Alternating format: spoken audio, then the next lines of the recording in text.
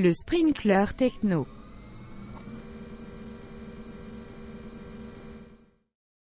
Hey, on commence tout ça avec une petite intro, une petite présentation. Pour ceux qui ne te connaissent pas, expliquer un peu ce que tu fais. Si tu veux parler de ton parcours aussi, partage ce que tu as envie de partager pour que le monde sache un peu qui est Martin Deslongchamps. Oui, OK. Alors, j'ai environ 15 ans d'expérience dans le domaine du génie logiciel, de l'ingénierie logicielle. Puis, j'ai gradué de Polytechnique là, en 2007.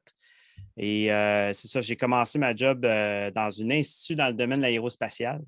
Et ça a été très intéressant là, de voir le système visuel, de travailler dedans.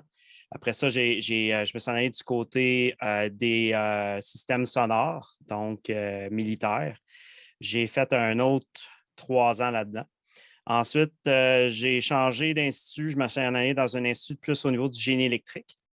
Donc, ça a été une autre expérience assez intéressante où est-ce que j'ai eu la chance de voir bâtir un département de génie logiciel en dessous de moi et d'un autre collègue. Et ça a été une belle expérience de coaching pour l'agile parce qu'on a pu implanter Scrum là-bas. Mais également là, de tout ce qui était coaching au niveau et mentorat au niveau technique. Donc, ça m'a déjà permis là, de commencer à donner des cours sur les tests et compagnie. Ensuite, j'ai passé peut-être 3 ans là-bas. Je me suis retrouvé dans un institut dans le domaine financier. Et là, j'ai passé 5 ans à vraiment à découvrir le DevOps puis tout ce qui était CI/CD principalement. J'en ai fait beaucoup. J'ai été tranquillement immergé dans le DevOps, puis plus que j'en prenais, plus que j'en mangeais. Et ce parcours-là m'a amené à devenir product owner là, dans les 2 dernières années. Et là, récemment, là, je suis rentré dans un institut dans le domaine audio et j'ai bougé comme directeur produit. Donc, ça, c'est mon parcours à date. Il y a eu plein de belles rencontres, plein de belles choses qui sont arrivées pendant ce parcours-là, surtout, je dirais, dans les 3, 4 dernières années, là, il y a beaucoup de choses qui ont déboulé, en fait. Donc, ça a été vraiment, les 3, 4 dernières années ont été vraiment intéressantes. Cool. Ouais, ben, j'ai eu la chance d'en voir un petit extrait quand tu m'as gentiment invité à aller participer à un événement que tu organisais. On va en parler un peu plus tard d'ailleurs, là. C'était vraiment cool. Merci encore. Ça faisait plaisir, tu le Analyste méritais. sur ces sujets-là, c'est toujours intéressant de se frotter puis de voir comment les autres réfléchissent, pensent, puis à voir un peu jusqu'où les autres sont rendus aussi dans leur réflexion par rapport à ça. Oui, C'était tout vraiment à fait. cool. All right. Effectivement. On se lance dans quoi? Je te dirais que j'aurais le goût de jaser DevOps avec vous autres un petit peu. Je sais que vous avez eu un épisode sur le DevSecOps, mais puis j'ai vraiment aimé votre invité. Vraiment très sharp, très, très sweet. Mais j'aurais le goût justement de jaser un petit peu plus vraiment la partie DevOps avec vous autres, puis essayer d'aller Cool. un peu plus à fond. Allons-y.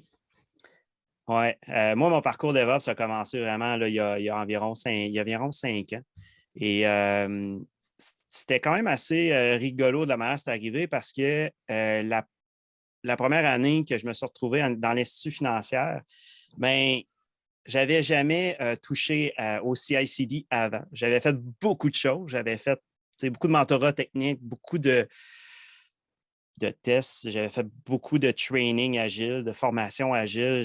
On avait implanté Scrum. Il y a plusieurs affaires qu'on avait faites. Mais je n'avais pas touché du tout à la partie tooling, la partie CI/CD. Toutes les techniques pratiques entourant le DevOps, je n'avais pas touché à ça. Je ne connaissais pas ça. Puis j'ai été engagé comme spécialiste en architecture DevOps alors que je ne savais même pas c'était quoi le mot DevOps. Alors, j'ai commencé de même. En gros, j'étais build engineer de la place. Alors, puis eux autres, il y avait déjà un système maison là, pour tout faire la partie CI dans la compagnie. Une soixantaine de développeurs l'utilisaient environ. Fait que là, ça a commencé comme ça. Puis la première chose qui m'est arrivée, ça a été de me frotter au fait de déployer cet outil-là maison qui était c'était l'enfer à déployer. Ça m'a pris un 3-4 heures la première fois que j'ai voulu déployer une nouvelle version. Et là, je me suis dit, non, non, non, non, non, ça ne peut pas réarriver. Pendant tout ce temps-là, ben, les développeurs n'étaient pas, ils étaient pas productifs. Ils attendaient après ça. Donc, ça a été vraiment là, ce qui a commencé à allumer tout de suite là, la flamme. Puis, je me suis fait recommander le Phoenix Project comme livre, puis tout est parti de là. Y a-t-il une raison pourquoi ça prenait 4 heures? C'était juste. On utilisait du remoting, en gros. En .NET, on utilisait du remoting, puis il y avait 3 exécutables. Un des exécutables n'était pas, tout simplement pas, n'avait pas été déployé avec les bonnes versions de la librairie. Donc, le remoting ne fonctionnait pas. Donc, quand on partait, l'UI, ça crachait. Okay. Et là, ben, avant que je figure que c'était ça et que c'était le remoting, etc., ben, ça m'a pris un certain temps. Et j'ai fini par trouver c'était quoi le problème, mais au bout de 3h30, 4 heures, à me poser des questions et compagnie, ben, ouais, fait que c'est ça. Ça a été une expérience un peu, je ne vais pas dire traumatisante, là, mais pas le fun, pas agréable, pas du tout. Tu te retrouves là-dedans, puis tu te sens tout seul un peu, puis là, mais voyons, puis là, tu débugs, puis qu'après 2-3 heures, puis tu es là, tu essaies des affaires, ça marche ton poste, puis là, tu ne comprends pas, works on my machines. Voyons, Colin, c'est quoi le problème? Fait que c'est au bout de ça que quand j'ai eu trouvé le problème puis qu'on a été capable de le déployer, c'est ça qui était quand même drôle, c'est le déploiement d'un outil qui déploie. En tout cas, fait que c'était un peu de l'inception, cette affaire-là. Mais, fait qu'on a déployé l'outil, puis là, bon, OK, les devs ont recommencé à travailler, tout était correct. Fait que tout de suite, à mon premier meeting avec mon chef d'équipe, on commence à parler de ça, puis je dis, ben moi, je veux plus que ça arrive. Fait que j'ai dit, moi, je vais commencer à regarder que ce soit TeamCity, TFS, peu importe. On était dans les années 2015-2016. Fait que, à l'époque, c'était des outils du moment. Alors, je dis, OK, bien, que ce soit TeamCity, TFS, peu importe, mais on va trouver une manière de pouvoir déployer cet outil-là pas mal plus rapidement. Fait que peut-être un mois et demi plus tard, j'avais écrit tous mes scripts de déploiement, puis là, je suis passé tout de suite on était à 15 minutes à peu près de déploiement, puis tout était déployé, bien fonctionnel, tout était beau. Fait que là, on a acheté des steps de test, puis un paquet d'affaires de ce côté-là, mais ça a été vraiment ça là, qui a commencé à me donner la piqûre du DevOps au départ.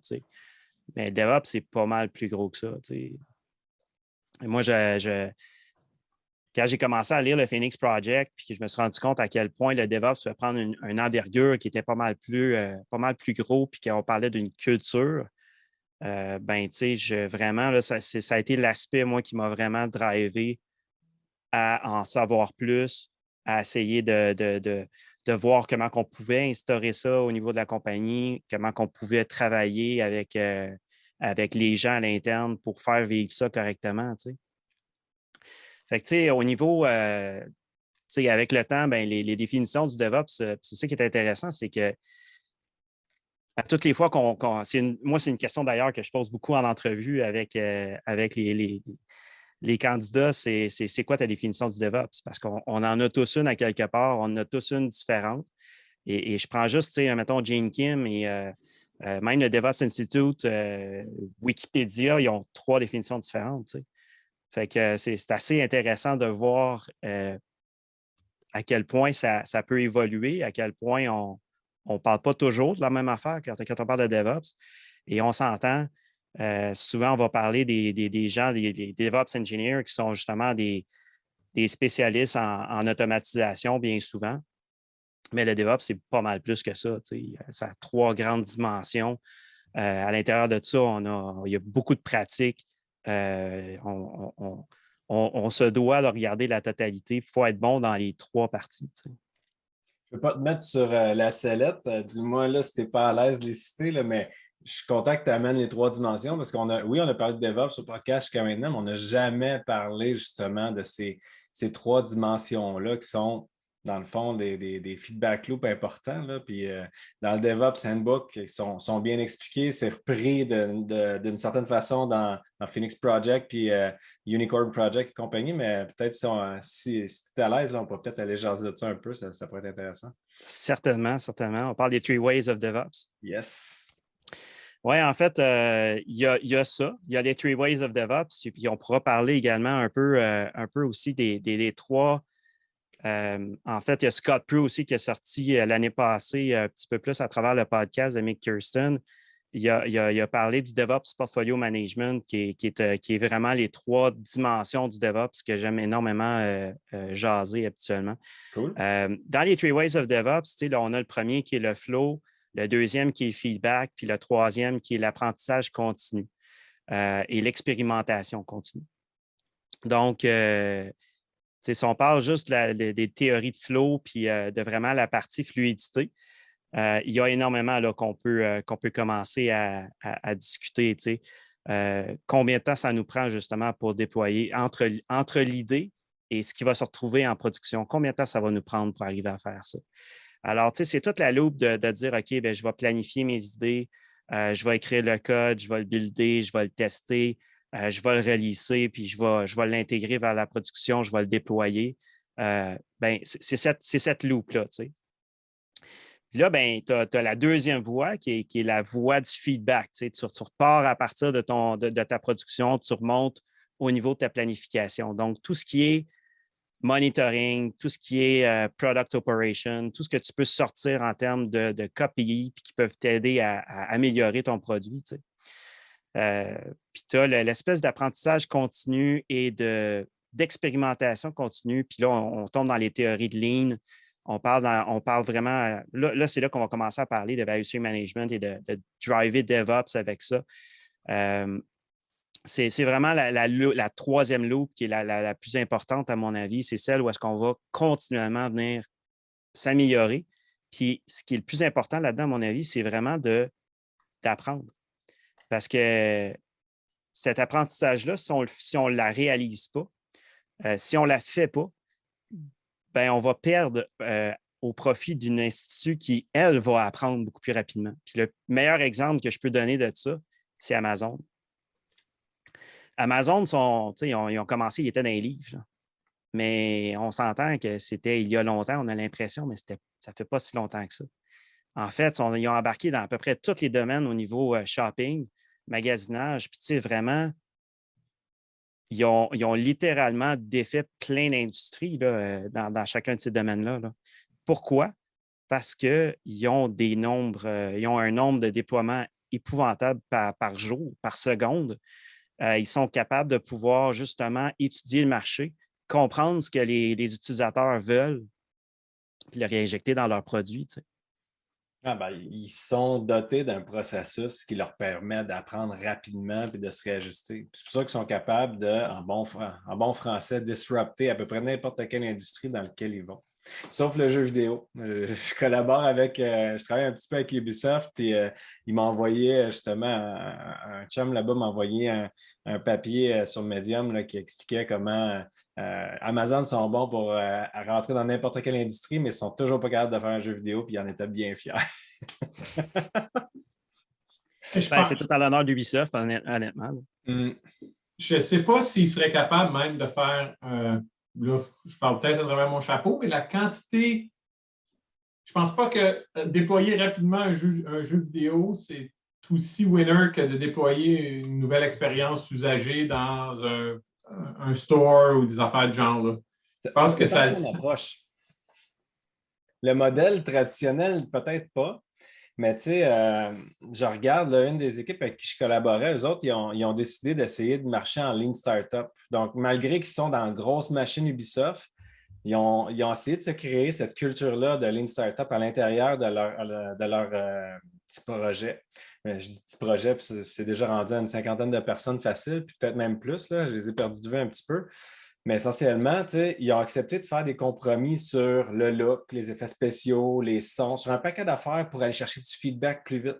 Fait qu'ils font des sessions de jeu organisées très tôt dans le processus avec des bonhommes un peu obèses, pas trop jolis, genre qui sont dans des environnements qui ne sont pas très lécher visuellement, mais ils peuvent déjà tester le gameplay, voir si les gens aiment jouer, si le côté fun est là, puis ils construisent par-dessus ça au fur et à mesure. Puis là, ben, ils testent les armes, ils testent les 3C, tu sais, là, je fais mon smart puis je ne me rappelle plus des 3C complets, mais il y a Control, il y en a 2 autres. Bref, puis là, ils vont aller chercher ce feedback-là rapidement à l'intérieur de l'équipe, puis ils vont aller aussi faire des séances de jeu avec des gens chez Ubisoft, puis éventuellement avec des joueurs potentiels. Donc, ils montent de plus en plus vers la communauté de joueurs. Puis évidemment qu'ils ne vont pas relâcher ce jeu-là tout de suite, mais quand même, ils vont de façon incrémentale, ils vont chercher du feedback à l'extérieur de l'équipe le plus tôt possible pour voir est-ce qu'on s'en va dans la bonne direction? Est-ce que ce qu'on ajoute, ça ajoute du plaisir? Est-ce que les gens ont plus envie de jouer ou moins envie de jouer, etc. Donc, tu sais, même là, il y a des façons de faire pour justement avoir ces feedbacks-là rapides. Là. Je trouve ça intéressant. Je trouve ça intéressant. Là, je trouve que c'est une bonne façon de faire les choses. L'affaire, c'est une fois que ton jeu il est distribué, je pense que ça devient vraiment plus difficile de dire OK, on va tweaker telle affaire, on va changer telle petite affaire, Puis j'ai de la sympathie pour eux parce que dans le fond, moi, le Big Bang Release, c'est l'affaire que je trouve la plus ridicule à peu près en informatique, dans les domaines dans lesquels j'ai travaillé, mais les jeux, j'ai de la misère à imaginer un jeu que tu pourrais faire des changements, des petits changements à tous les jours. Qu'à tous les jours, quelqu'un rouvre sa console puis il download une patch. Tu comprends ce que je veux dire? Oui, mais je challengerais ça en disant que, tu sais, maintenant, sur toutes les plateformes, Xbox, PS5 et compagnie, même sur l'ordi, ils peuvent pousser, même sur les téléphones, en fait, ils poussent des updates ou ils offrent des DLC pour offrir plus de contenu puis aller chercher de l'argent puis réaccrocher les joueurs pour qu'ils reviennent parce qu'ils savent qu'une fois que le joueur a quitté le jeu, c'est dur de le ramener. Donc, ils veulent le garder intéressé puis ajouter des maps puis ajouter des armes puis ajouter des missions puis patati patata. Ben, il n'y a rien qui les empêche de dire ce gun-là, il est trop OP, là. On va réduire son temps de recharge à chaque fois qu'il shot, mettons, pour recalibrer le jeu s'ils voient que dans les tournois, ça ne fait pas de sens. Fait ils peuvent expérimenter comme ça. Il n'y a rien qui les empêche là, d'essayer ce genre d'expérimentation-là, eux autres aussi. C'est ça qui est cool. Là. On se dirige vers ça. Les plus petites boîtes de jeux vidéo utilisent déjà ce genre de technique-là. Là, tu sais, vous savez comment c'est. Plus la boîte est grosse, plus les processus sont lourds et tout et tout. Un jeu comme Assassin's Creed, là, c'est des centaines et des centaines, peut-être même pas loin du 1000, 1200 personnes qui peuvent collaborer là-dessus. Là, c'est beaucoup de gens là, qui travaillent sur ça. Fait que, c'est pas aussi agile, c'est pas aussi facile de se revirer de bord que dans des petits studios où il y a peut-être, je ne sais pas moi, 100, 200, 300 personnes qui travaillent sur un jeu. Je connaissais un gars, je n'ai pas plus de détails, que lui, il était en charge de les items que tu pouvais mettre dans ton inventaire. Lui, il fallait qu'il s'assure que ça pouvait s'intégrer dans le modèle, que tu avais un modèle qui s'exprimait dans l'inventaire, que tu avais un modèle qui s'instituait. Ça devient là, une liste de séquences à choses à vérifier, là, que tu te rends compte. Ah oui, c'est vrai, hein, parce que si je drop mon couteau et qu'il tombe à terre et qu'il y a de l'air d'une fleur, c'est pas winner. C'est toutes ces affaires-là que tu te dis, c'est énorme quand tu veux créer un univers. Là, en tout cas. Ouais.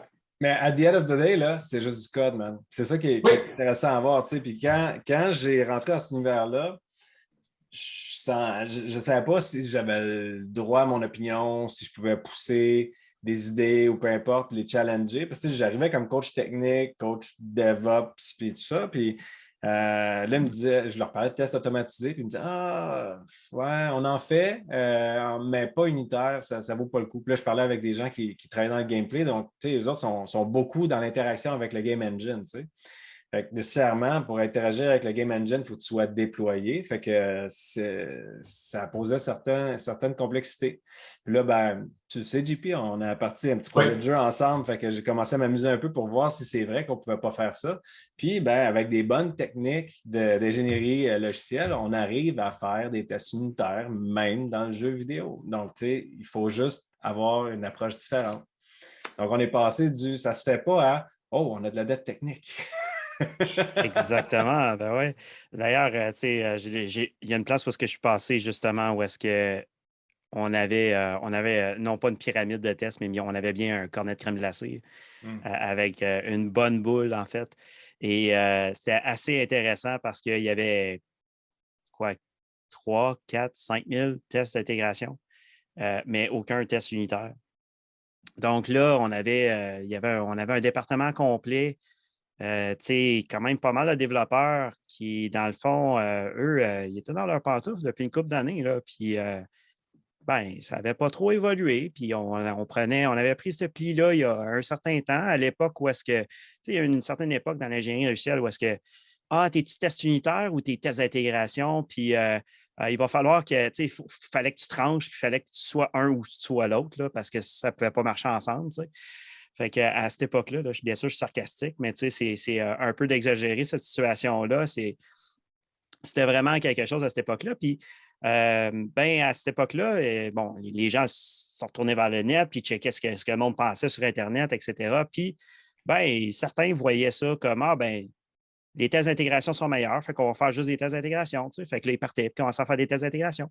Oui, Puis, il n'y a rien de pire que googler des questions comme ça. Parce que tu vas toujours trouver quelqu'un qui est d'accord avec toi. C'est sûr, c'est certain. C'est déprimant, comment tu dis.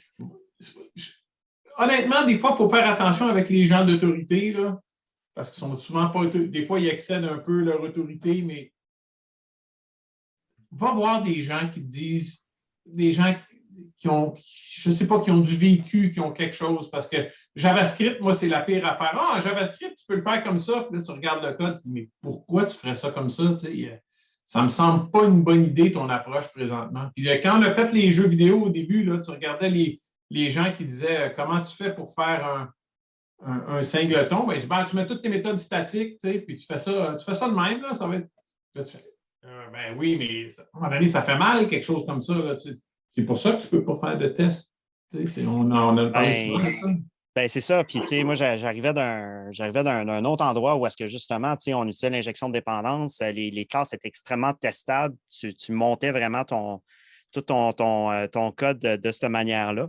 Alors, le fait de voir ça, ça me faisait un peu mal au cœur. Ça me faisait mal de voir ça. Puis, j'avais mal aux yeux, comme on dit, Puis, mais ce qui me décourageait un peu, c'était un peu l'ampleur de la tâche en avant de nous autres. Si on voulait que ça change, là, on se rendait compte, OK, mais c'est parce qu'ils sont plusieurs dizaines là, de développeurs à travailler comme ça, puis ils arrivent le matin, puis eux autres vont copier le code de test qui existe déjà, puis ils vont en faire, ils vont travailler à l'intérieur de ce test-là, puis ils vont continuer comme ça, puis ils vont dupliquer, puis dupliquer, puis dupliquer.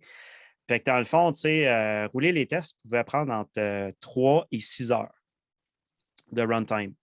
Fait que là, si tu ajoutes autant de builds puis tout ça, on était rendu avec des builds qui passaient de 5 à 8 heures facilement. Là, ta journée, il a passé. Tu arrives le matin, tu pars le soir, là, tu pars ton build pour que le lendemain, tu puisses voir l'état des choses. C'est pas super productif en termes de temps puis tout ça. Fait que là, on a regardé justement, on a mis sur pied un comité de tests automatisé. Fait qu'on a réuni, dans le fond, ceux qui étaient intéressés à changer les choses pour commencer. On a commencé à prendre un cours donné par quelqu'un que vous connaissez, que vous avez déjà eu, Félix-Antoine, il est venu faire un tour. Et on a eu le cours de test avec lui, Puis ce qui est intéressant, c'est ça, c'est que là, il nous a montré un paquet de façons de faire les tests. On a parlé justement de jaser au niveau legacy, qu'est-ce qu'on pouvait faire avec du code legacy, comment on pouvait arriver à le rendre testable et compagnie. Il nous a parlé des tests de caractérisation pour arriver à faire du refactoring qui était très intéressant. On a lu des livres, justement, comme le livre de Michael Feathers sur le code legacy, développer des tests pour le code legacy. On a sorti les meilleures pratiques de ça. On a commencé à en jaser en comité, etc. On a commencé à définir également, dans le cadre de ce comité-là, on a commencé à définir les termes de tests qu'on voulait utiliser puis ceux qu'on voulait ne pas utiliser et éviter d'utiliser. Les tests d'intégration, par exemple, tu intègres quoi avec quoi? À quel niveau tu vas arrêter? C'est-tu une composante avec une autre? C'est-tu plusieurs couches de classes ensemble? Un test d'intégration, ça peut être défini de bien des façons. Donc, on a fini par apprendre à la méthode Google où est-ce que tu as des très petits, des moyens et des larges. Et on a défini ça, on a défini dans le fond les tests non fonctionnels, quel terme on allait utiliser. On en a fait un confluence, on a commencé à avancer avec ça. Ça l'a mis la barre sur. Ça l'a donné une certaine vision, une certaine définition, puis là, on commençait à savoir de quoi qu'on parlait, puis on a été plus facile. Ça a été beaucoup plus facile de passer le mot autour de nous autres. Oui, fait que c'est ça. Après ça, on a utilisé Testing on Toilet. Ça a été très, très, très, très rigolo. J'ai pas entendu parler de ça. Oui, à l'époque, j'étais allé. En fait, ce qu'on faisait, c'est que il fallait changer les façons de faire. Fait que dans le fond, ce qu'on a fait, c'est qu'on écrivait, dans le fond, un ou des guidelines qu'on voulait qu'ils soient de plus en plus popularisés dans la compagnie. Puis là, ce qu'on faisait, c'est que on allait dans la toilette des hommes, puis on avait une espèce de cadre qu'on avait fait coller justement sur la porte pour que quand tu t'assoies sur la toilette pour faire ton numéro 2, ben, le cadre soit à ta hauteur. Alors, fait que là, le développeur n'avait pas le choix de lire. Et fait que, ça devenait rigolo un petit peu. On a passé plusieurs messages de même. On avait une fille avec nous autres, bien sûr, pour la toilette des dames. On a eu du plaisir avec ça, sérieusement. Ça a été bien le fun.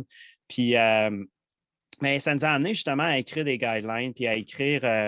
Puis, tu sais, on a été capable tranquillement de mettre ces gens-là comme code reviewer. Puis, ça a commencé à se propager. Puis, on a été capable de monter une base de tests, puis on a pu continuer de l'utiliser, la dupliquer, puis commencer tranquillement à les rentrer dans les équipes.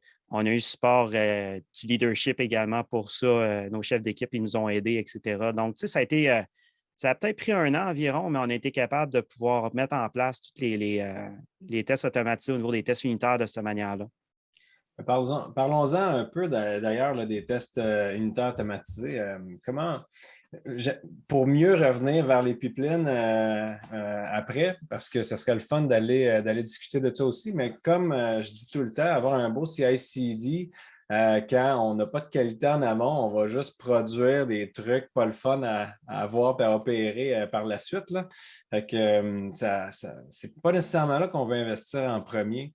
Donc, faisons un petit détour par comment introduire des tests unitaires peut-être dans une équipe ou dans un projet où il y a déjà du code legacy. Hein, puis on va le dire, du code legacy, ce n'est pas du code vieux nécessairement, c'est du code qui n'a pas de test en arrière là, pour qu'on parle tous de la même chose. Si on référence Michael Feathers, encore une fois, là, avec Working Efficiently with Legacy Code.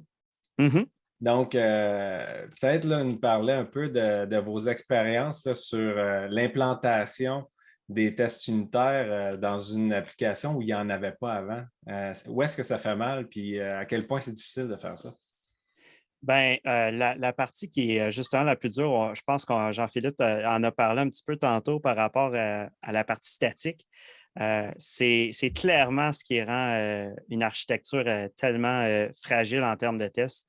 Après ça, tu essaies de justement driver des tests de l'externe, puis que, même au niveau des tests unitaires, quand tu as beaucoup d'objets statiques, c'est justement là que ça devient extrêmement compliqué. Donc, nous autres, la clé a résidé beaucoup dans la composition. C'est justement être capable de créer des petits objets, puis de pouvoir les utiliser à l'intérieur d'une classe un peu plus grande, mais justement de pouvoir séparer. La séparation des concerns, les principes solides, le clean code est extrêmement important là-dedans. Fait que on n'était peut-être pas capable de pouvoir injecter toujours, mais minimalement, si tu étais capable de pouvoir créer un objet et tu étais capable de le rendre testable, celui-là, ben, au moins, on avait une partie du code qui devenait testable, puis tranquillement, ben, tu enlèves de par l'intérieur, justement, le contenu que tu veux venir tester. Fait qu'on a fait énormément de ça. On a utilisé d'autres patterns, ça remonte quand même à 5 ans, 5-6 ans, cette affaire-là. On a utilisé d'autres patterns qui étaient définis dans le livre. Je me souviens qu'on en avait un en particulier, mais j'arrive pas à me souvenir. Mais il me semble que c'était quelque chose avec les factories, mais là, je me souviens. Je reprends la balle. Là. Moi, je l'ai lu, le livre, puis le seul que j'ai retenu, là, puis que je me suis vraiment servi parce que je trouvais qu'en bout de ligne, ça revenait tout le temps à ça, là, c'était de faire de l'inversion de dépendance. essentiellement, là, tu pointes sur quelque chose qui est compliqué à tester. Never hide a tough into a tuck. Là. A test unfriendly feature inside of a test unfriendly concept. Un autre bel acronyme à ajouter à votre portfolio. Oui, Puis, c'est ça. Donc, c'est ça. Essentiellement, moi, c'est celle-là la technique que j'ai vraiment retenue parce que, bon, tu sais, l'injection de dépendance, c'est majeur quand tu veux être capable de pouvoir tester pour substituer avec des doublures de tests, des tests double. Puis, ben, tu sais, un exemple vraiment banal auquel on ne pense pas nécessairement, tu sais, en Java, là, les resource bundles, ben, c'est un accès disque. Puis le fichier sur ton environnement de développement, il ne sera pas situé au même endroit que quand il va s'exécuter dans un container web. Donc, tu ne peux pas genre juste dire ben, OK, je vais aller le lire parce que ce ne sera pas la même chose lire en développement qu'en exécution. Donc, la technique, moi, que j'ai retenu beaucoup de ce livre-là, c'est ben, OK, au lieu de pointer directement là-dessus, tu vas faire une interface qui va venir inverser la dépendance vers ce truc-là. Puis là, ça va être l'implémentation par défaut. Puis tu vas pouvoir te faire après ça, tu vas injecter l'interface, évidemment, puis tu vas te faire une doublure de test basée sur l'implémentation de cette même interface-là. Comme ça va te permettre de sauter d'un à l'autre, dépendamment si tu es en train d'exécuter en production ou si tu es en train de rouler des tests.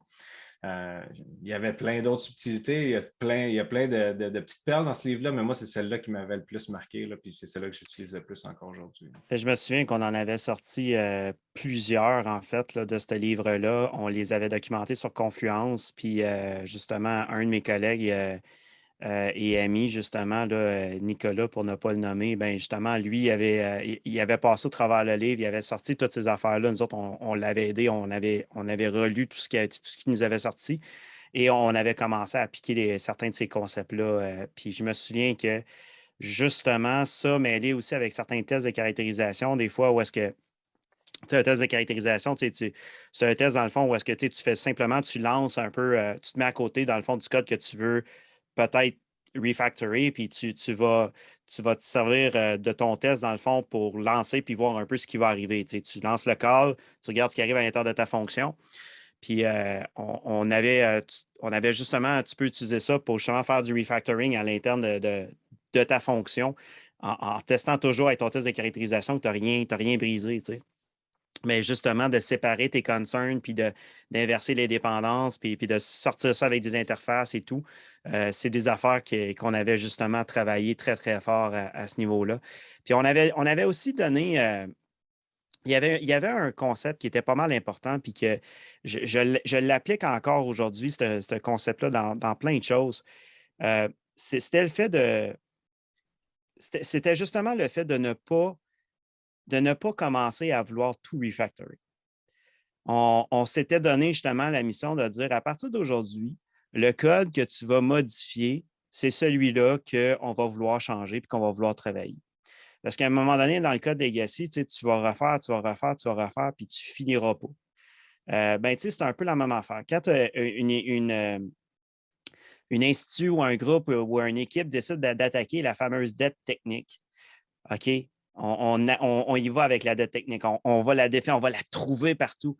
Il n'y a pas nécessairement un avantage à essayer d'aller trouver de la dette là où, justement, ça fonctionne, ça roule en production. Tu n'as pas besoin d'aller changer ça.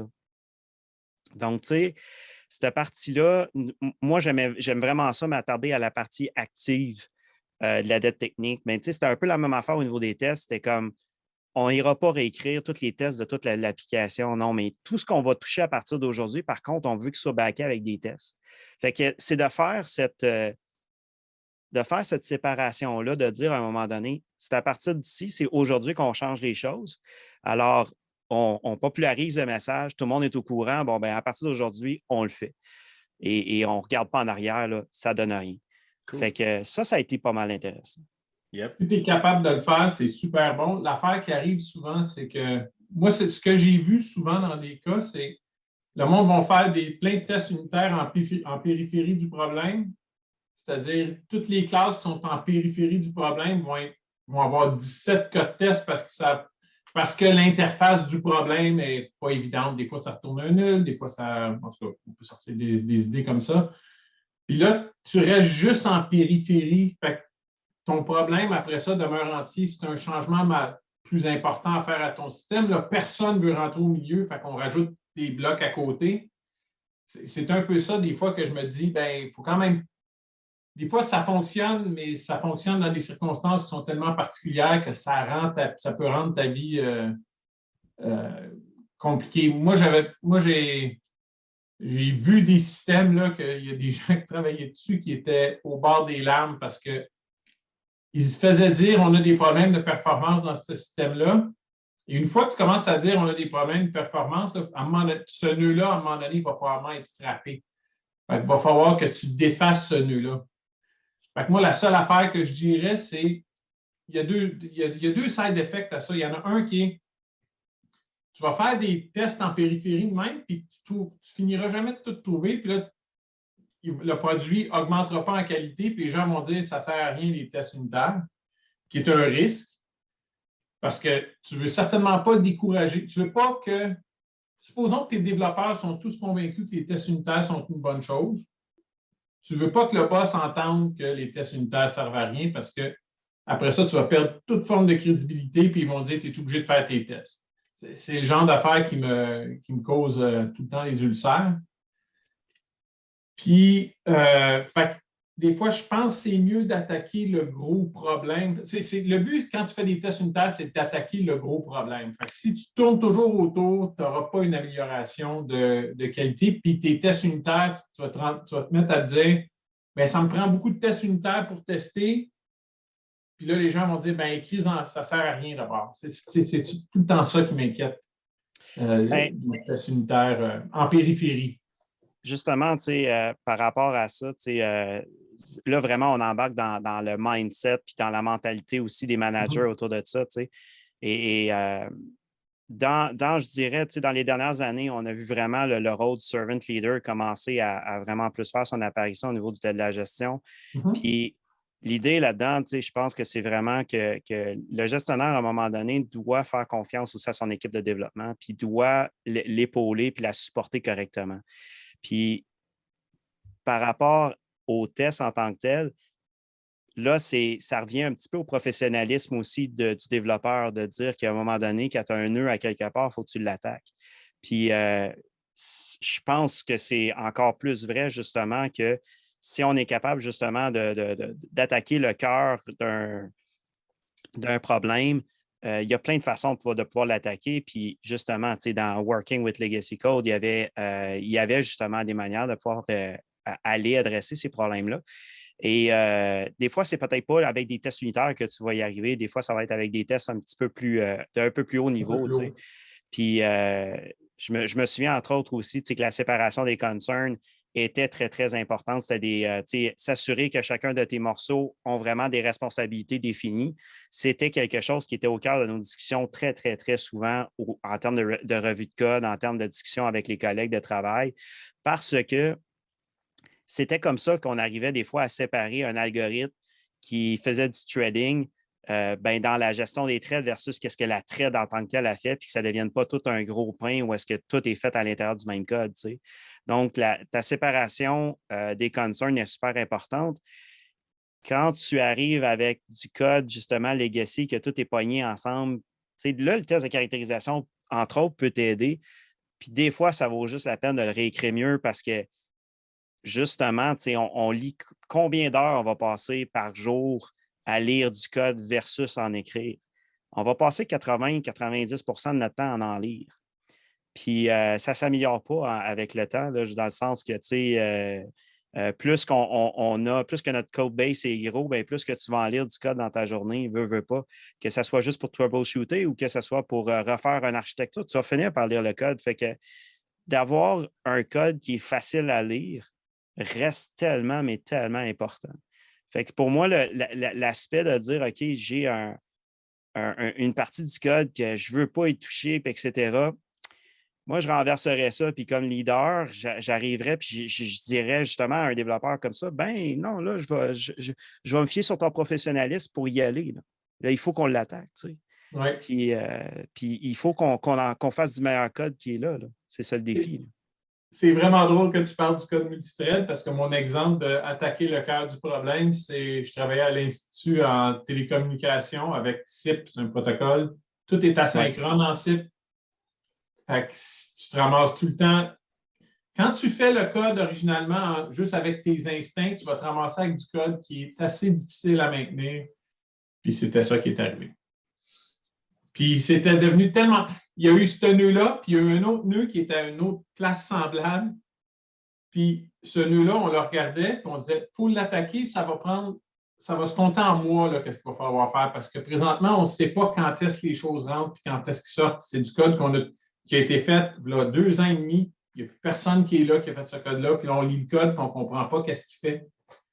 Puis le manager, et quand tu parles des gens, il faut que tout soit dans le même bateau, le manager a dit, je te jure, on ne pourrait pas dire que c'est un feature. On parlait ici d'une erreur. Là. Et là, j'ai dit, over my dead body. Puis en dedans de 2 mois, je n'étais plus là parce que tu ne peux pas travailler dans un contexte où quelqu'un te dit, est-ce que le bug peut devenir un feature? C'est une blague qu'on faisait en informatique, qu'on fait encore en informatique. It's not a bug, it's a feature. Tout le monde sait que quand tu viens de dire ça, c'est une blague. Tout le monde part à rire. Mais non, ce manager-là, c'était son plan d'affaires. En 2007, quand j'ai gradué de Polytechnique, c'était le slogan qu'on avait derrière notre chandail d'intégration. My software never has bug, it just develop random feature. C'est effectivement. Ça voulait un peu tout dire, justement. Exact. Juste peut-être pour résumer ta pensée de tantôt, juste avant qu'on embarque dans le path où JP nous a apporté, là, je pense que ce que tu essayais de dire, puis moi, si je me trompe, là, c'est que quand on a de la dette technique un peu partout, il faut savoir où intervenir, il faut savoir où ça vaut la peine. Ça ne vaut pas la peine de tout repayer. Tu sais, du code qui est stable et qui ne te fait pas de trouble depuis des mois, voire des années dans certains cas, ça vaut-tu vraiment la peine d'aller payer ta dette technique à cet endroit-là? Tu sais, on va aller intervenir là où il y a de l'instabilité puis du changement en premier, au lieu d'aller mettre des tests ou whatever sur du code qui est stable et qui ne bouge pas. Là, il nous fait pas mal celui-là. Right? Effectivement, oui, c'est ça que je voulais dire justement. Puis, quand on parle de dette technique, justement, moi, j'aime mieux parler de contrôle de la dette technique plutôt que de la repayer ou quelque chose comme ça. Si on parle d'un paiement, OK, fine, mais si on parle de vraiment l'anéantir, ne plus en avoir, désolé, ça n'existe pas. On parle vraiment de contrôle. Puis, la raison pour laquelle je parle de contrôle, c'est que justement, avec une équipe que j'ai eue antérieurement, on a vraiment travaillé énormément fort à définir, premièrement, c'était quoi une dette. Premièrement, mettre une définition là-dessus, trouver les bons flows autour de ça.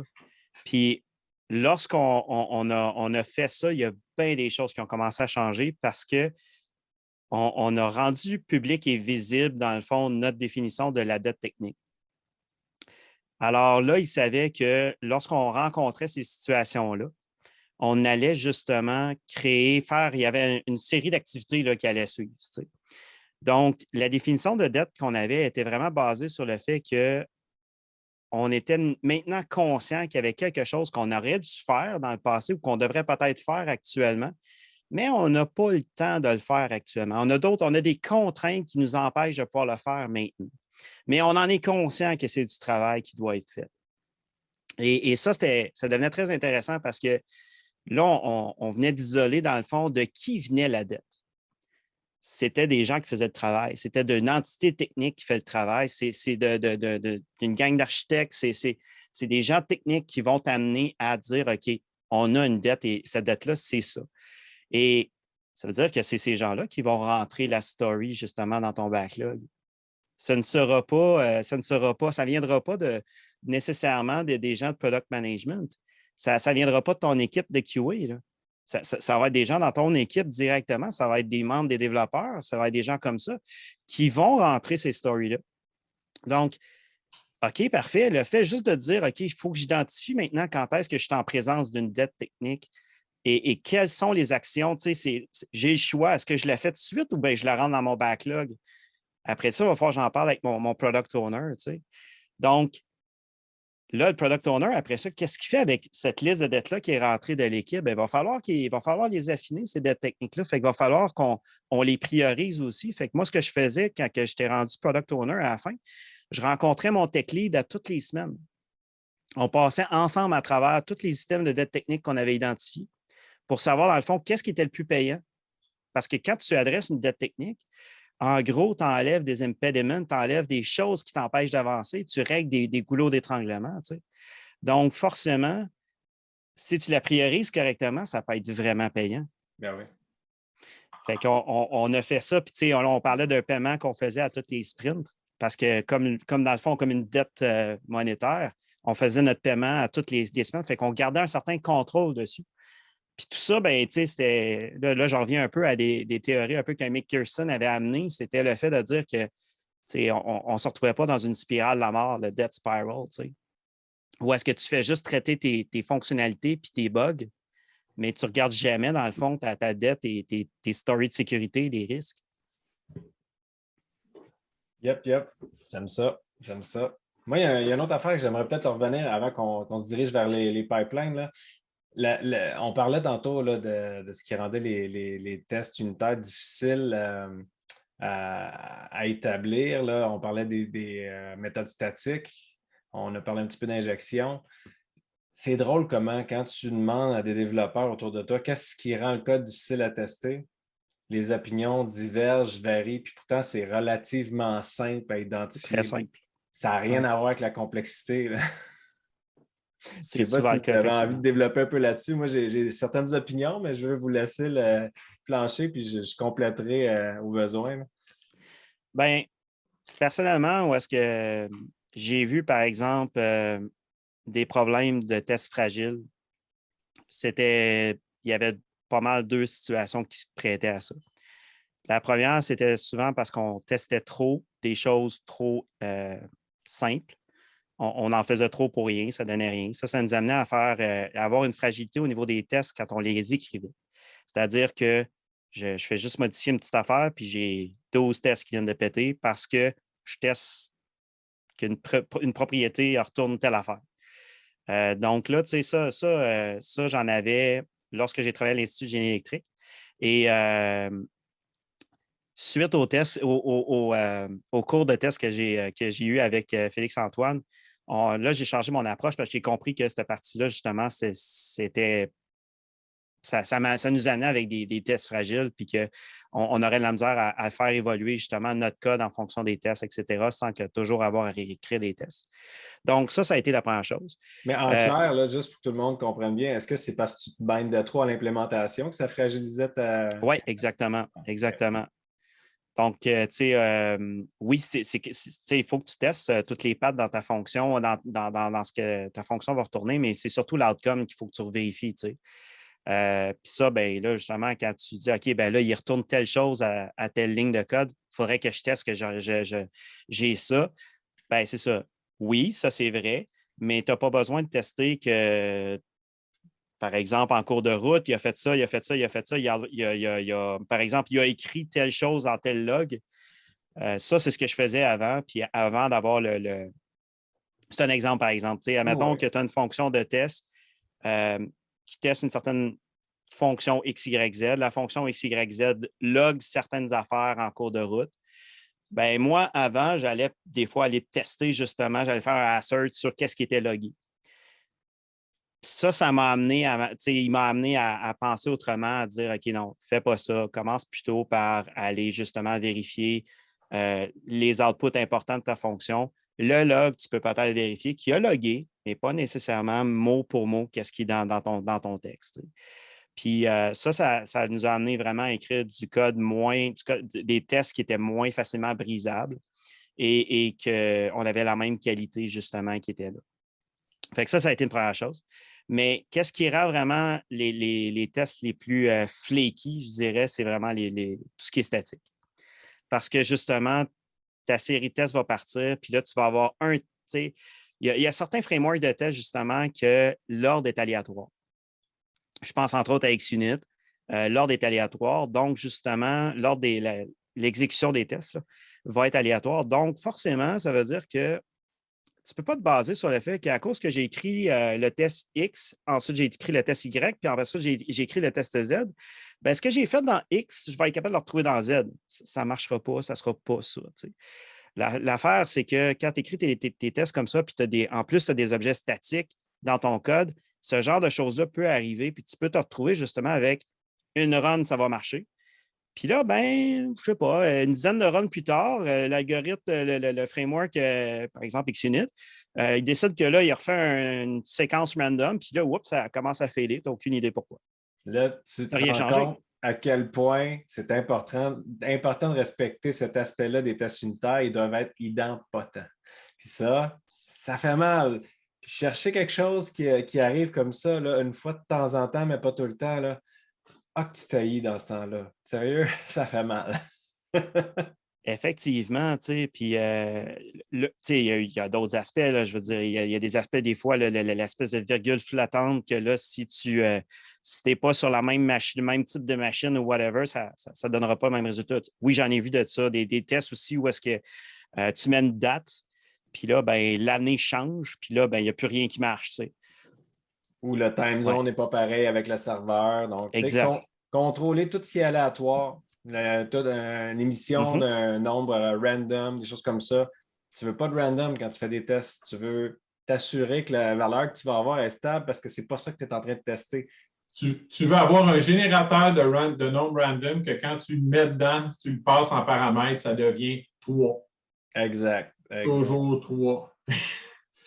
Il ne faut jamais que tu gardes... Tu sais, les méthodes statiques, là, je sais qu'on parle de méthodes statiques. Les méthodes statiques elles-mêmes, c'est pas généralement un problème, c'est les méthodes statiques qui gardent un état en quelque part, qui maintiennent un état en quelque part. Exactement. Et c'est ça qui va faire que quand tu arrives dans le désordre, là, tout d'un coup, il y avait déjà quelque chose dans... Et comme c'est statique, on n'injecte pas les dépendances, donc on fait des new, puis on se baigne à des choses qui sont difficiles à tester. Donc, il y a plein d'affaires qui deviennent compliquées là, quand on est dans le monde du statique. Si tu es statique, puis tu es une feuille, puis tu n'appelles personne, puis tu fais juste un traitement, genre les string utils de ce monde, puis des affaires comme ça, là, aucun problème. Aucun problème. Mais là, on parle de statique un petit peu plus. Je pense qu'on fait surtout référence au singleton, là, le fameux singleton, entre autres, qui a été défini, puis que tu as un objet qui est vraiment statique à l'intérieur de ton code, puis que cet objet-là va garder son état tout le long. Ben, ça a été revampé là, à travers le temps avec, entre autres, tous les frameworks d'injection de dépendance, parce que justement, tu as une manière de pouvoir dire à une factory de dire produis-moi un objet, puis après ça, quand je vais te le demander, renvoie-moi tout le temps le même. Tout le temps le même, oui. Et ça, dans le fond, ça devient une instance dynamique dont tu contrôles le nombre. Mais le problème avec ce pattern-là, c'est justement qu'il est dans le global space. Oui. Puis là, quand tu parlais d'avoir des résultats différents dans différentes runs, c'est un singleton pattern, proprement dit, en bonne et due forme, dépendamment de ta run, dans quel sens ça s'en va, ça peut tout te bousiller tes affaires. Là. Donc, c'est ça le problème. Ce n'est pas le fait de vouloir avoir une seule instance de quelque chose dans une application. Ça, il n'y en a pas de trouble. Mais c'est juste comment tu le fais. Mais l'affaire, en fait, c'est que quand tu commences à faire justement du TDD et ces choses-là, puis tu commences à regarder vraiment là, des aspects d'injection de dépendance, puis ben, le fait de pouvoir injecter des objets, de pouvoir travailler de cette manière-là, tu viens justement définir au niveau dynamique, je me suis rendu compte que des fois, j'avais juste une instance, mais dans le fond, selon mon contexte, je pourrais avoir plus qu'une instance, puis ça ferait quand même du sens. Il y a eu une mode où est-ce qu'on programmait, on avait des managers partout. Là, aujourd'hui, je pense que c'est rendu plus des contrôleurs. Mais peu importe, l'idée est un peu à peu près la même. Les managers et les contrôleurs de ce monde, ben, dans le fond, dans certains cas, tu pourrais en avoir plus qu'un, puis ça pourrait faire un certain sens d'avoir plus qu'une instance, mais pas nécessairement une nouvelle à toutes les fois. Donc, je me suis retrouvé dans des situations où est-ce que je me suis vraiment posé la question, OK, oui, j'en veux juste un, mais qu'est-ce que ça ferait si j'en avais plus qu'un? Bien, finalement, c'est pas grave. C'est juste que contextuellement, mentalement, j'aimerais mieux qu'il y en ait juste un. Mais quand tu commences à définir ses responsabilités, puis tout ça, tu te rends compte que finalement, non, mais peut-être pas si important dans certaines situations. Ouais, moi, ce que j'aime du fait d'en avoir plus simple, je te passe je te passe la parole après, JP, je sais que tu voulais intervenir.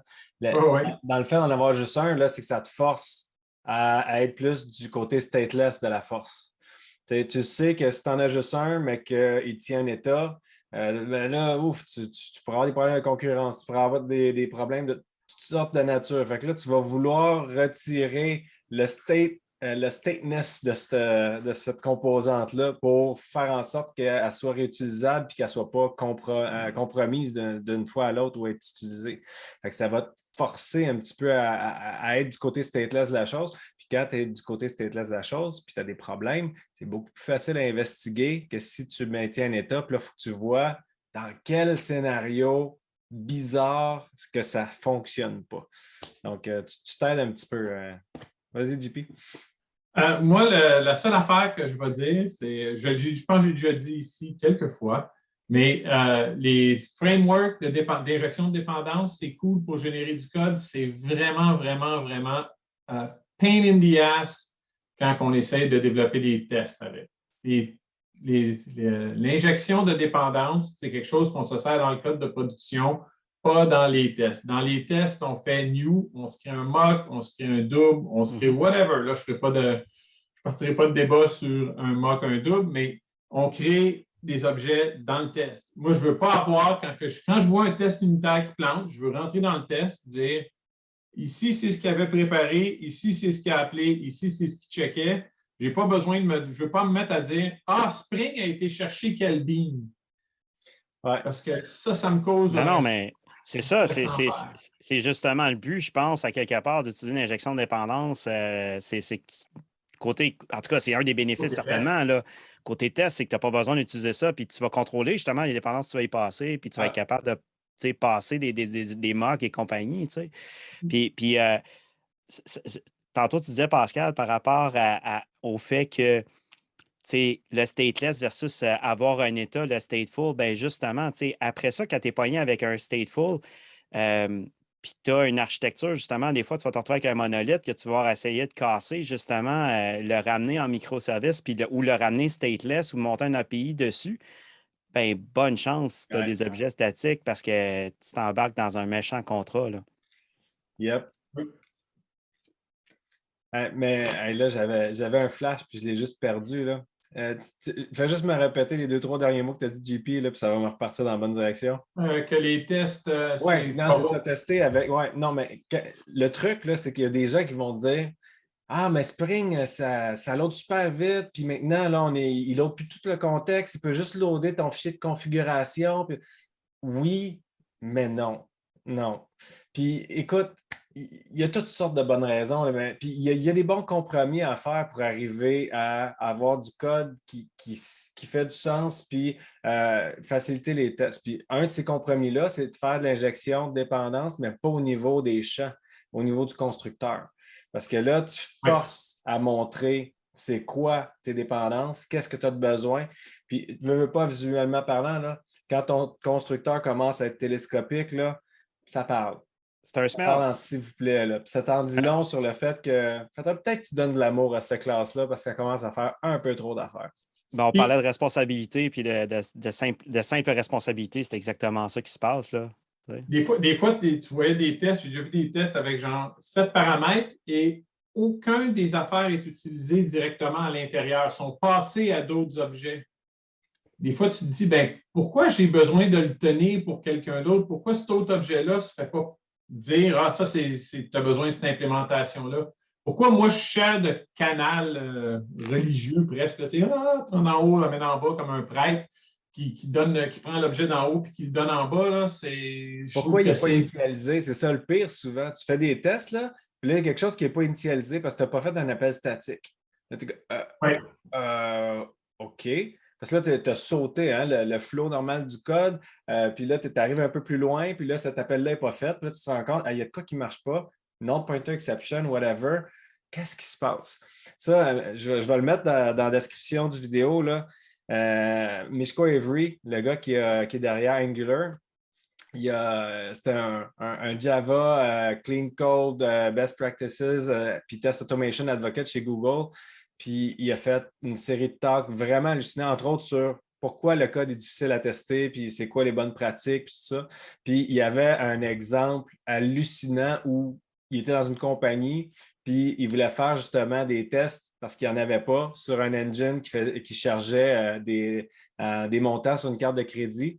Puis là, ben, comme il n'y avait pas de données sous la main, ben, il a pris sa carte de crédit à lui pour faire le test. Puis bref, je vous laisserai l'écouter là, si jamais ça vous intéresse. Il va le raconter mieux que moi, mais à la fin, il a activé toute la chaîne de ton, puis il a fait tous les appels statiques qu'il fallait qu'il fasse. Puis là, ça démarrait des vrais serveurs.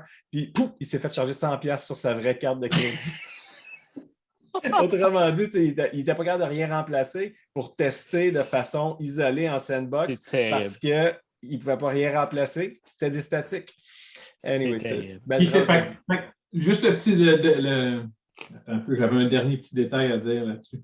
Puis c'est ça, Spring, ils peuvent dire que ça va vite ou que ça ne va pas vite, mais moi, quand j'écris un test unitaire, je n'écris pas une bannière longue de même qui me dit que je suis en train de partir Spring Boot. Je n'ai pas le temps de faire ça, je veux que mon test roule de même. Quand que je vois la bannière passer sur un test unitaire, je fais tout le temps comme oh, pourquoi ils font ça? Puis, dans le code, généralement, il n'y a pas de raison de faire ça. Les seuls tests que je pense qu'il faut que tu partes Spring, c'est quand tu fais des repositories Spring qui sont juste des interfaces. Il y en a plein d'affaires de même là, dans Spring, la magie.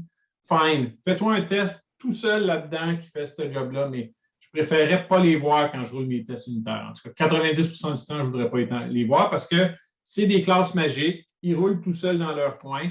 Je devrais être capable de dire, je veux rouler les tests rapides, que ça me prenne 3 secondes rouler puis avoir mon feedback tout de suite. Est-ce que j'ai cassé quelque chose? C'est tout le temps ça la question que tu poses quand tu roules tes tests unitaires, c'est est-ce que j'ai cassé quelque chose? Fait que de rouler des tests de base de données qui parlent vraiment à une base de données, quand je parle, je ne suis pas intéressé à comment les affaires sont stockées quand je fais ma petite classe, ça ne sert à rien que ça roule dans ma vie, ces affaires-là. Donc, si je résume un peu là, sur les tests, là, quand on veut en insérer dans du code qui est déjà existant, bien, il va falloir qu'on fasse du refactoring plus souvent qu'autrement parce que le code n'a pas été pensé testable. Donc, le Leave Working Efficiently with Legacy Code pourrait être un bon début pour voir des patterns de refactoring puis de mise en place de patterns de code testable. Ça pourrait être intéressant. On parlait des statiques qui font mal. Quand on n'injecte pas nos dépendances, ça fait mal aussi. Tout ce qui est private, pas private, mais final aussi, ça peut être difficile parce que là, on ne peut pas overloader, on ne peut pas overrider non plus. On ne peut pas overrider, pardon. Donc, ça fait un peu le tour. Les tests de caractérisation, j'aime ça que tu aies parlé de ça, Martin, parce qu'effectivement, c'est une bonne façon justement de faire du refactoring responsable, de faire ces tests-là en premier. Moi, au début, peut-être une petite parenthèse, puis après ça, on saute dans les pipelines, puis comment, justement, ces tests-là vont venir nous aider. J'ai un nouveau collègue, Khaldoun Assaoui, justement, qui a fait un atelier sur le refactoring la semaine passée, puis c'était vraiment cool, parce que moi, honnêtement, ce que j'avais vu des tests de caractérisation jusqu'à maintenant, là, c'était pas tout le temps du réutilisable, du récupérable. Parce que, justement, on parlait de ne pas se binder. La nature est un peu jetable. Exact. On parlait de ne pas se binder à l'implémentation. Puis là, dans son atelier, lui, la façon qu'il l'a fait, mais comme moi, je considère être de la bonne façon, c'est-à-dire qu'il allait chercher le comportement. Donc, oui, il regardait le code, puis il suivait les branchements logiques, tout ça, mais il essayait d'extraire dans ses tests de caractérisation le comportement business qui était derrière ce qu'il était en train de lire. Fait que la suite de tests, à la fin, elle décrivait ce que le code faisait, mais en termes affaires, pas en termes exécution de code. Fait que quand tu relisais ça, tu avais quasiment l'impression qu'on avait réalisé ces codes-là en TDD au lieu de le faire après coup, genre. Autrement dit, oui, on a déplacé les affaires, on a refactorisé. La classe qui était une classe feuille est devenue une classe d'orchestration, puis à communiquer avec d'autres classes, tout ça. Puis les tests sont restés à cette hauteur-là parce que ça faisait du sens. Les collaborateurs sont tellement proches, il y a tellement de cohésion, c'est tellement cohérent que ça ne fait pas vraiment de sens d'aller déplacer les tests plus loin. C'est ça l'unité de test que tu veux faire dans le fond. Puis je me suis rendu compte que hey, il y a moyen de faire des tests de caractérisation qui ne sont pas du temporaire ou du jetable. Là. Fait que je trouve ça vraiment cool comme atelier. Ben, effectivement, ça revient un peu aussi à ce que j'avais appris par rapport à ça. C'est ton test de caractérisation. Nous autres, on aimait ça le faire évoluer pour qu'il devienne éventuellement un test fonctionnel, donc un moyen test qui était capable de pouvoir triguer une coupe d'affaires, vérifier une coupe de dépendances ensemble. Tu sais. Donc, oui, ça annule un peu l'aspect jetable de la chose, puis je trouvais ça intéressant, mais le premier test, c'est vraiment pour caractériser, c'est que tu ne connais pas rien, puis des fois, tu es même en boîte noire un petit peu parce que tu ne comprends pas le code que tu sais, on revient un peu sur le sujet, mais tu ne comprends pas le code que tu es en train d'essayer de vouloir tester, fait que parce qu'il est juste trop compliqué, il n'est pas lisible ou je ne sais pas trop quoi. Fait que des fois, tu es vraiment en boîte noire, puis c'est vraiment un vrai test de caractérisation, d'où la nature jetable. Mais c'est intéressant de pouvoir garder une partie de ça, puis de le résumer correctement après ça d'une partie Si tu fonctionnalité. gardes à l'idée, c'est qu'au début, oui, tu vas faire des tests qui ne sont pas très jetables, qui te permettent de découvrir un peu ce que le code fait. Mm. Au fur et à mesure que tu le refactors, que tu le clean, là, tu pivotes. Si tu le gardes en C'est tête, ça. tu pivotes Exact. vers des tests qui vont être vraiment réutilisables et qui vont rester avec toi. Hein. Tout à fait. Cool. Fait que là, on a mis les bases. Là. On rentre dans du code plus intéressant. On l'a cleané, on l'a refactoré de façon responsable parce qu'on a des tests unitaires en arrière, tout ça. Comment ça vient appuyer ça dans nos pipelines? Comment on peut se servir de ça dans nos pipelines, justement? On va faire la transition. On parlait de DevOps au début, on y revient tranquillement pas vite. Là. Oui, ben là, tu sais, on parle vraiment des pratiques techniques. Puis je veux dire, je pense que dans les pratiques techniques du DevOps, c'est probablement le plus populaire, le fameux CI/CD. Donc, l'intégration continue, le déploiement continu.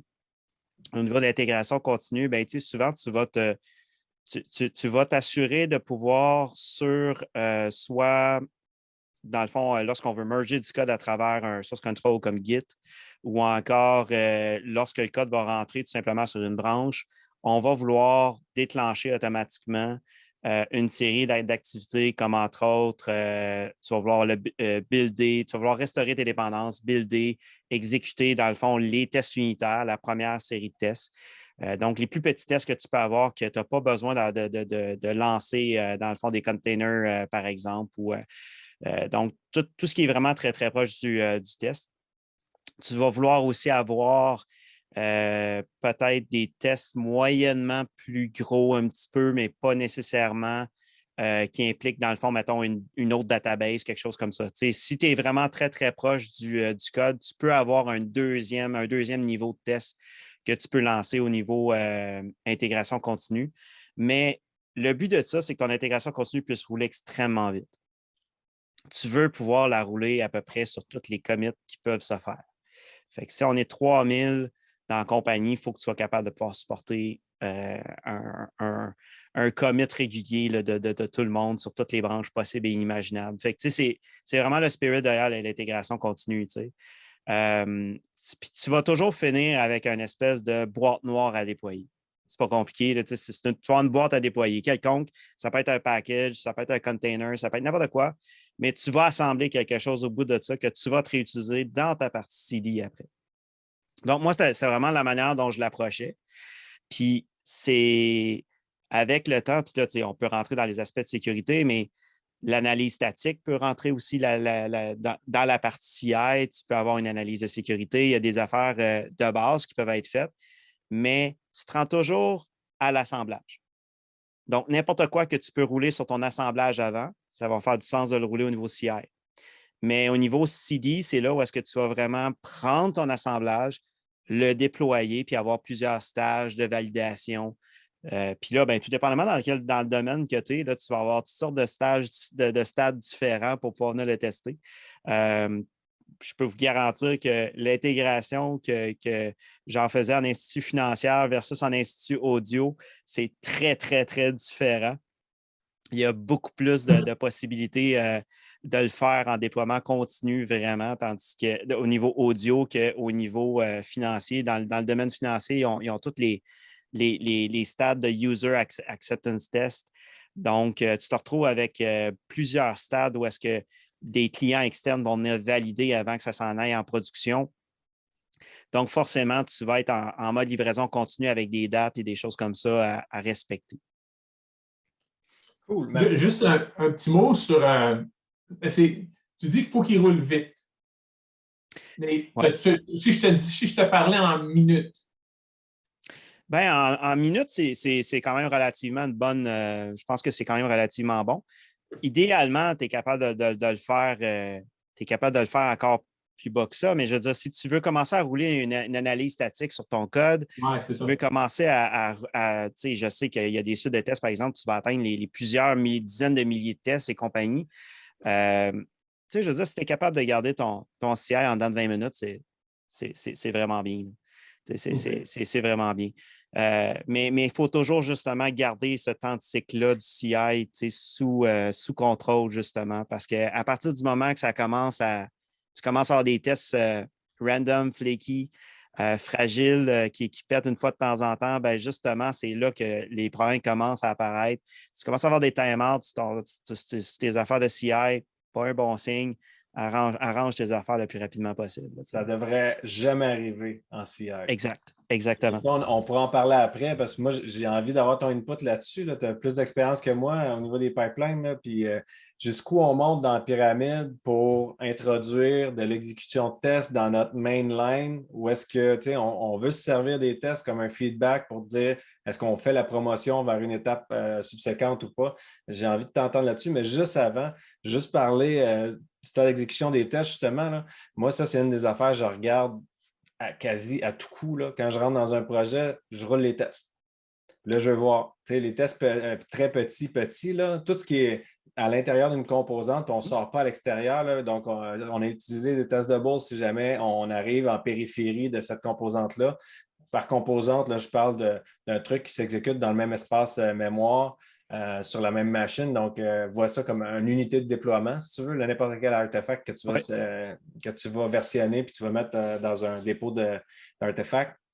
Donc, souvent, ça peut être quelques minutes, puis même, des fois, moi, j'aime ça montrer à quel point c'est important. Donc, même quand c'est 30 secondes, je veux dire, seriez-vous à l'aise à chaque fois que vous faites CTRL-SAVE de perdre 30 secondes? Puis là, les gens me regardent. C'est bien bizarre, toi. Pourquoi on perdrait 30 secondes? Je dis, ben attends, moi, quand je code, là, j'installe un petit plugin qui s'appelle Infinitest. Ouais, à chaque fois que je fais CTRL-S, là, il roule mes tests unitaires sur le code que je viens de changer. Puis ça, là, c'est pour me rappeler à quel point c'est important. On veut avoir des feedbacks rapides, là, mais ça, c'est mon premier feedback. Puis là, en plus, je ne peux pas dire que je n'ai pas roulé mes tests parce qu'ils roulent tout le temps mes tests. Des fois, il y a des développeurs qui oublient de rouler les tests, ils poussent leur commit, puis là, c'est le reviewer qui fait son due diligence, il roule les tests, il voit que ça ne passe pas, ça crée un feedback loop complètement inutile, il refuse la PR, puis il dit tes tests ne passent pas, puis on crée du va-et-vient, on dérange le monde, ça fait du task switching pour rien. Bref, avec ça, un petit plugin comme ça, mais là, tu le vois. Puis si tu tapes un 30 secondes à chaque fois pour pas beaucoup de tests, là, tu te dis, ben, faudrait peut-être que je mette de l'amour là-dedans un peu. Là, juste pour donner une idée au monde, là, des tests unitaires, des vrais tests unitaires, là, tu peux enrouler là, 1 millier en 3 à 5 secondes. Là. Ça roule sur un temps. C'est des millièmes ou des centièmes de seconde normalement. Là. Exact. Oui, puis si tu respectes les bonnes règles, justement, quand tu les écris, ces tests unitaires-là, pas d'accès fichier, pas d'accès database, toutes ces choses-là, ça va vraiment rouler vite. Là. Et tu sais, ça reste un monde de compromis. Tu sais, jusqu'où on va vouloir se rendre dans le pipeline, justement, à rouler les tests. Tu sais, je donnais ça, c'est une espèce de guideline vraiment générique en partant, mais tu sais, ça dépend vraiment de c'est quoi la composante qu'on est en train de builder. Ça dépend de la grosseur de cette composante-là, le nombre de tests également. Tu sais, quand je disais qu'il faut garder un œil justement sur son temps d'exécution, c'est exactement ça. C'est qu'à un moment donné, c'est un monde de compromis. Tu sais, si on est à l'aise à rouler tous les tests en CI parce que ça roule puis parce que c'est simple, OK, fine, peut-être la composante n'est pas assez complexe pour qu'on se limite à un ou deux catégories de tests. Tu sais. Mais par contre, dès que tu commences à avoir une architecture distribuée, il faut que tu déploies une coupe de composantes pour y arriver. Ce n'est pas dans le CI que tu vas commencer à déployer des composantes puis à valider l'intégration entre les composantes et tout. Là. Ça, tu vas faire ça du côté CD, par exemple, mais pas du côté CI. Mais même du côté CD, Ça va dépendre. Moi, je dirais, parce que c'est plate, le fameux ça va dépendre. Il y a bien des gens qui sont allergiques à ça et qui n'aiment pas s'entendre ça, mais la partie de notre job de dire que ça va dépendre parce que c'est très contextuel. Tu sais, si tu as une application là, qui est très petite, puis que ton équipe de dev fait du bout en bout là-dessus parce que tu sais, c'est très self-contained, puis c'est pas distribué, comme tu dis, c'est plutôt monolithique et compagnie, ça se peut que tu sois capable d'avoir des tests robustes, répétables, fiables, jusqu'à un certain niveau relativement élevé dans la pyramide parce que tu es en contrôle, il n'y a pas trop de complexité, il n'y a pas trop de composantes, il n'y a pas trop d'alignement de données, tu n'as pas trop de systèmes à qui tu interagis. Fait que ça se peut que tu sois capable d'utiliser ces tests-là dans tes pipelines au niveau du déploiement continu. Mais la minute aussi que tu es plus distribué, qu'il y a plus de systèmes, puis tu t'en viens dans une grosse architecture plus complexe, plus lourde, ça peut être très difficile d'amener des tests moyens / larges et très larges là, dans ton pipeline parce qu'un timeout peut te faire un faux positif, un mauvais alignement de données peut te faire un faux positif. Puis là, ben, si tu veux faire du déploiement, du CI/CD, donc tu veux faire ton intégration continue puis du déploiement continu, donc tu veux enlever le plus possible des interventions manuelles, il faut que tes tests soient fiables. Il faut qu'ils passent tout le temps ou qu'ils échouent pour les bonnes raisons. Il faut que le feedback soit fiable, autrement dit. Puis moi, c'est ça qui me fait peur un peu. J'avais été dans une conférence où la présentateur montrait qu'il avait fait des tests bout en bout, donc très intégrés, puis il a mis ça dans ses pipelines. Puis là, j'ai posé la question. Moi, j'étais fasciné. Je me suis dit, il a peut-être compris quelque chose que je n'ai pas compris. Je vais aller voir. Fait que j'assiste à son truc. Puis là, c'est beau, c'est bien organisé. Il utilise des bons patterns. Tout ça, ça a l'air d'être super bien monté. Puis là, à la fin, il y a une période de questions. Puis je demande, je dis, tu sais, tes tests, est-ce qu'ils passent 100% du temps? Et il dit non. Je dis OK. Je dis, puis, comment tu t'en sers? Est-ce que tu les mets sur ta mainline ou tu les roules à côté pour un feedback, mais ce n'est pas bloquant pour ton exécution, c'est juste pour vous rassurer avant de faire un push plus loin. Il dit, ouais, pour le moment, on le met comme ça. Mais tu sais, eux autres, leur lead time, c'était sur quelques jours ou même quelques semaines, si je me souviens bien. Donc, ce n'était pas encore tellement grave. Tu sais, autrement dit, que le test ne donne pas un feedback tout le temps juste. tout le temps juste aussi, c'était pas primordial parce qu'il n'était pas encore dans ce rythme-là où on veut déployer plusieurs fois par jour. Donc, c'était probablement un stepping stone vers quelque chose de mieux pour eux, de juste amener ça pour créer de la confiance. Tu sais, tantôt, tu parlais des user acceptance tests. On veut voir disparaître ça là, éventuellement quand on veut faire de la livraison continue. Là. Peut-être que justement, eux autres, c'est un compromis qu'ils ont fait pour créer, rapprocher un petit peu la business, QA, probablement aussi les tables d'approbation pour les mises en prod. Comment ils appellent ça déjà? Le CAB. Donc, s'assurer que le CAB comprenne nos responsabilités, puis qu'on est en train de justement se responsabiliser mais sur toute la chaîne avant d'aller jusqu'en production pour avoir éventuellement le droit de dire hey, on pousse maintenant, on sait qu'ils ont fait leur devoir, puis quand ils veulent y aller, on sait qu'ils ont fait leur due diligence. Là, Effectivement. Puis, comme tu dis, c'est un monde, justement, ça dépend. C'est un monde de compromis, mais c'est tellement important de garder les affaires serrées en début de chaîne, justement. Puis, il faut que, je crois personnellement beaucoup au fait que ton CI doit être ton arme pour te contrer, être un point de contrôle tellement important qui doit rouler pendant la fameuse PR. Pour moi, la fameuse PR, c'est vraiment le pull request, le merge qu'on fait justement dans des systèmes, dans des systèmes de gestion de contrôle comme Git.